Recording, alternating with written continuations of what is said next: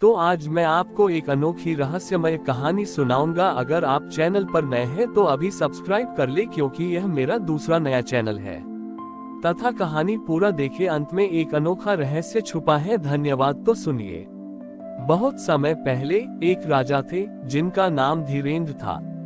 उनकी एक ही बेटी थी, रूपा, जो अपनी सुंदरता और अहंकार के लिए जानी जाती थी। रूपा का मानना था कि दुनिया में सबसे बड़ी चीज धन और शक्ति है, और वह केवल उसी व्यक्ति से विवाह करेगी जिसके पास ये दोनों हो। रूपा की एक सहेली थी जिसका नाम सुमन था। सुमन एक साधारण परिवार से थी, लेकिन उसका मन बहुत ही पवित्र और दयालु था। सुमन हरितालिका तीज का व्रत करती थी, लेकिन उसका उद्देश्य किसी राजकुमार को पाना नहीं, बल्कि भगवान शिव और माता पार्वती के प्रेम को समझना था। वह मानती थी कि सच्चा प्रेम त्याग और समर्पण में होता है। जब हरितालिका तीज का समय आया तो रूपा ने भी व्रत करने का फैसला किया। उसने अपनी सहेलियों से कहा, मैं यह व्रत इसलिए कर रही हूँ ताकि मुझे सबसे अमीर और शक्तिशाली राजकुमार मिल सके। सुमन ने रूपा को बहुत समझाया कि व्रत का सही अर्थ स्वार्थ में नहीं, बल्कि निस्वार्थ प्रेम में होता है, लेकिन रूपा ने उसकी बात नहीं मानी। रूपा ने अपने महल में बहुत धूमधाम से पूजा की। उसने महंगे कपड़े पहने और तरह तरह के पकवान बनवाए। उसने पूरी रात जागकर झूठे भजन गाए, क्योंकि उसके मन में केवल अपनी इच्छाएं थीं। उसी रात सुमन गांव के पास एक नदी के किनारे गई। उसने मिट्टी से भगवान शिव और माता पार्वती की एक छोटी सी प्रतिमा बनाई। उसने कोई पकवान नहीं बनाया, केवल जंगल से कुछ फल और फूल इकट्ठे किए। उसने निर्जला व्रत रखा और पूरी रात सच्चे मन से भजन गाती रही। उसकी आंखों में कोई लालच न ही था, केवल भगवान के प्रति प्रेम था। सुबह जब सूरज की पहली किरणें निकली तो रूपा ने देखा कि उसके सारे पकवान और फूल मुरझा गए थे। वह घबरा गई और उसे एहसास हुआ कि उसने कुछ गलत किया है। तभी उसे एक दिव्य आवाज सुनाई दी, रूपा, तुम्हारी पूजा दिखावे की थी, इसलिए वह व्यर्थ गई।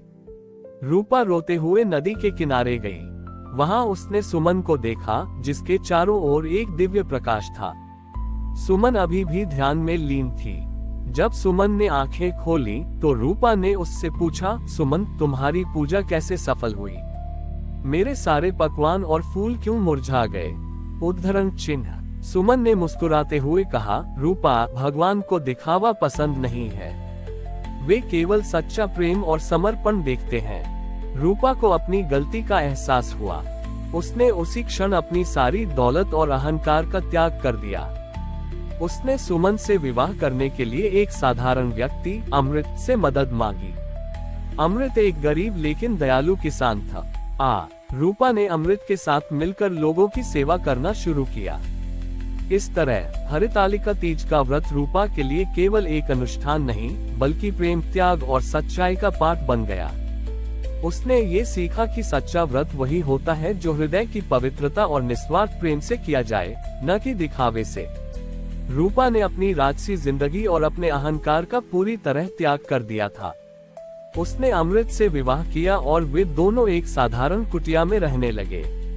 रूपा की सहेली सुमन भी उनके साथ रहने लगी और उनकी सेवा में मदद करने लगी।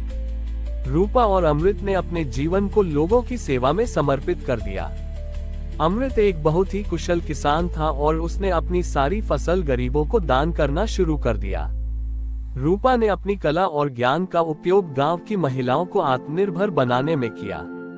उसने उन्हें कपड़े बुनना और मिट्टी के बर्तन बनाना सिखाया, ताकि वे अपना जीवन यापन कर सकें। जल्द ही उनकी ख्याति दूर दूर तक फैल गई। लोग उन्हें त्यागी दंपति कहकर बुलाने लगे। हरितालिका तीज के दिन रूपा और अमृत मिलकर गरीबों के लिए भोजन और वस्त्र का प्रबंध करते थे। इस दिन जो लोग उनके पास आते, वे उन्हें केवल भोजन ही नहीं देते, बल्कि उन्हें ये भी सिखाते कि सच्चा प्रेम और त्याग ही सच्चा धर्म है। एक बार एक पड़ोसी राज्य के राजा ने उनके राज्य पर हमला करने की योजना बनाई। वह जानता था कि उनके राजा बहुत दयालु हैं और युद्ध की कला में निपुण नहीं हैं। उसने अपनी सेना लेकर सीमा पर डेरा डाल दिया।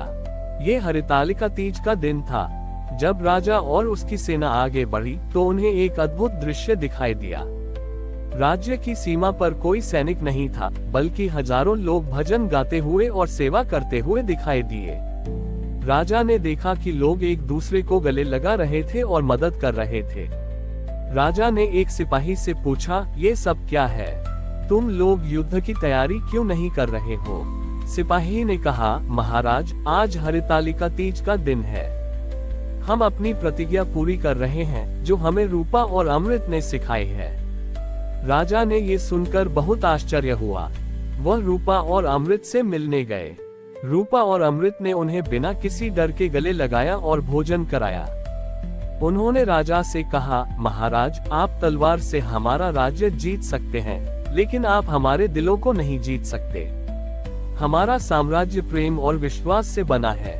राजा का हृदय पिघल गया। उसने अपनी सेना को वापस बुलाया और रूपा और अमृत से माफी मांगी। उसने कहा, मैंने बहुत से युद्ध जीते हैं, लेकिन आज मैं पहली बार हारा हूँ। आपका प्रेम और दया का साम्राज्य मेरी तलवारों से कहीं अधिक शक्तिशाली है। राजा ने रूपा और अमृत को अपने राज्य का सबसे सम्मानित नागरिक घोषित किया और उनके सम्मान में एक नया कानून लागू किया।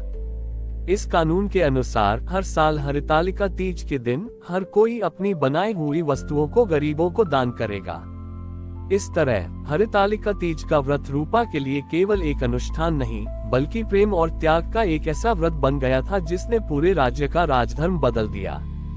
उनकी कहानी आने वाली पीढ़ियों को ये सिखाती रहेगी कि सच्चा प्रेम और सच्चा व्रत वही है जो निस्वार्थ सेवा से किया जाए। रूपा और अमृत का जीवन, जो प्रेम और सेवा के व्रत पर आधारित था, अब एक आदर्श बन चुका था।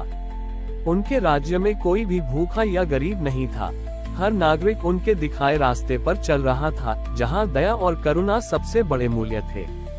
उनके पास कोई संतान नहीं थी, लेकिन वे पूरे राज्य के लिए माता पिता की तरह थे। जब वे दोनों बहुत वृद्ध हो गए, तो उन्होंने एक शांत नदी के किनारे एक और कुटिया बनाई। अब वे अपना समय ध्यान, भजन और प्रकृति के जीवों की सेवा में बिताते थे।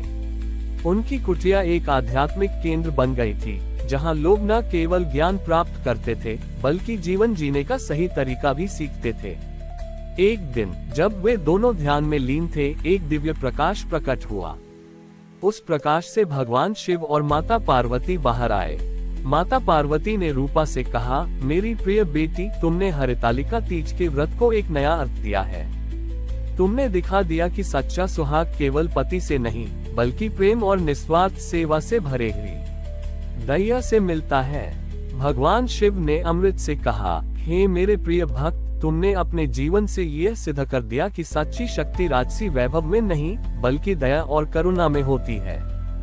इतना कहकर भगवान शिव और माता पार्वती ने रूपा और अमृत को अपने साथ परमधाम ले जाने का वरदान दिया। दोनों ने शांतिपूर्वक अपने प्राण त्याग दिए। उनके पार्थिव शरीर से एक अद्भुत सुगंध निकली और पूरा वातावरण पवित्र हो गया। गांव वालों ने उनकी याद में एक सुंदर मंदिर बनवाया, जिसका नाम प्रेम धाम रखा गया। हरितालिका तीज के दिन इस मंदिर में विशेष पूजा का आयोजन होता है, जिसमें लोग व्रत के बाद एक दूसरे की सेवा करने का संकल्प लेते हैं। रूपा और अमृत की कहानी ने ये सिखाया कि सच्ची भक्ति का अंतिम लक्ष्य निस्वार्थ सेवा है। उनका जीवन आने वाली पीढ़ियों के लिए एक प्रेरणा बना रहेगा। हमारी और भी आध्यात्मिक एवं अनोखी कहानियां देखने के लिए हमारे चैनल पर जाएं तथा धार्मिक एवं पौराणिक अनोखी कहानियां हमारे चैनल पर है। कृपया जाके देखें तथा हमारे चैनल को सब्सक्राइब करके रखें और वीडियो लाइक जरूर करें। धन्यवाद।